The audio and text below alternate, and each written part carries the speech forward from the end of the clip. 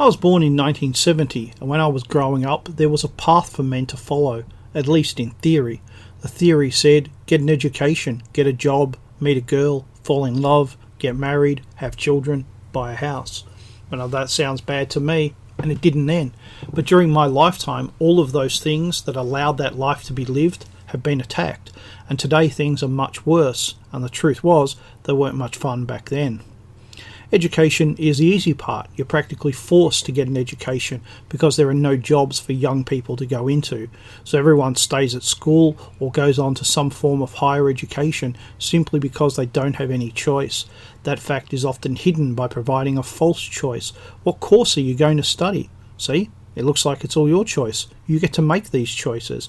But as everyone is in the same boat and everyone is getting more and more educated, your choice is nearly worthless because hardly anyone needs that level of education. It's make busy work, and it's very hard to avoid.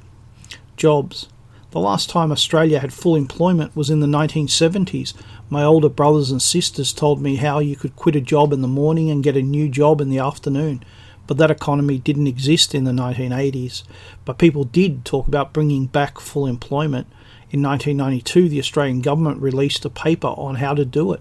Of course, it never happened, and since then the whole idea has been dropped as if an economy with full employment never existed. Instead, we have an economy with part-time jobs, casual jobs, and lots of unemployment. Unemployment is bad, and I find that people who have never experienced it have no idea about its effects. When you're unemployed, your life stops, and that includes with women. If you do get a woman, have a good time, because you sure won't have a long time. No woman is interested in a man without money, not for long anyway. Add to that feminism, official feminism that is.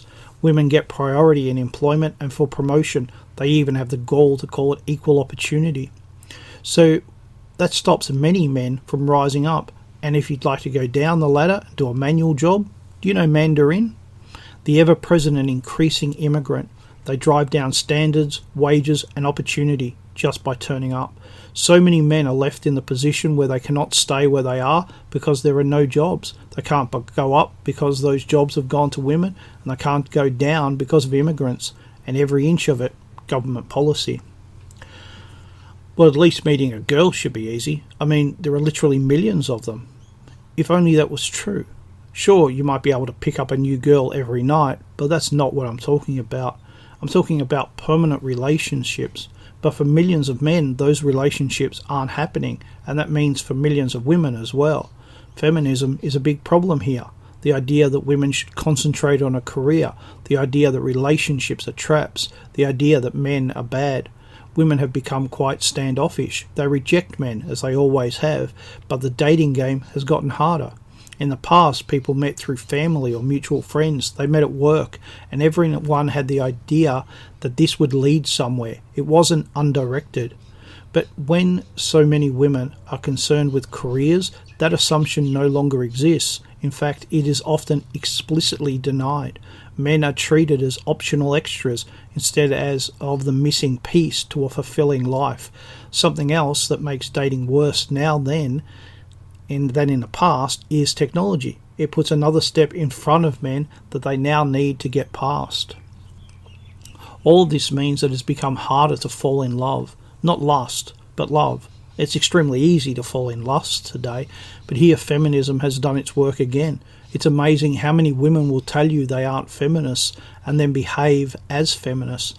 I've heard a certain phrase for years. I don't need a man, I want a man. But they never seem to understand that what men hear is, I didn't need this handbag, I wanted it. And when I'm finished with it, I'll get rid of it. Because I assure you, that is what men hear. Men, like women, need to be needed. Not wanted, but needed. The I couldn't live without you kind of thing. They need to know they have a purpose. But when women make their own money, men are denied the role of provider.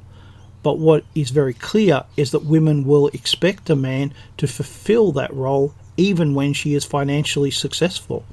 Women having jobs makes both men and women unhappy because women want men who are richer than themselves, and you're much likelier to fall in love with someone you're attracted to than someone you're not. But let's just say a man does meet a woman and falls in love. Then marriage and children are the next step for most. But let's face facts, marriage isn't what it used to be.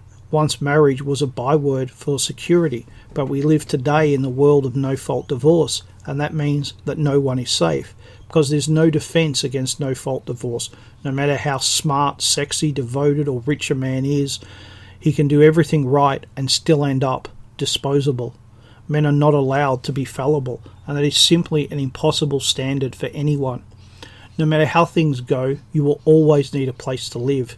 But even housing is becoming ridiculous. House prices are going through the roof in so many places. How do you raise a family when housing prices are so bad? When I was growing up, there was a path for men to follow, but so many men of my generation could not follow it. I couldn't. But at least there was a path, some guideline to follow. But today, things are so bad for men that nearly all of this needs to be rebuilt. Women have changed, and not for the better, and that has been a miserable thing for men to see and experience. However, that does not mean that women are entirely to blame, or that nothing can be done to fix things. But it does mean that right now, things are bad, and they don't look like they're going to get better anytime soon.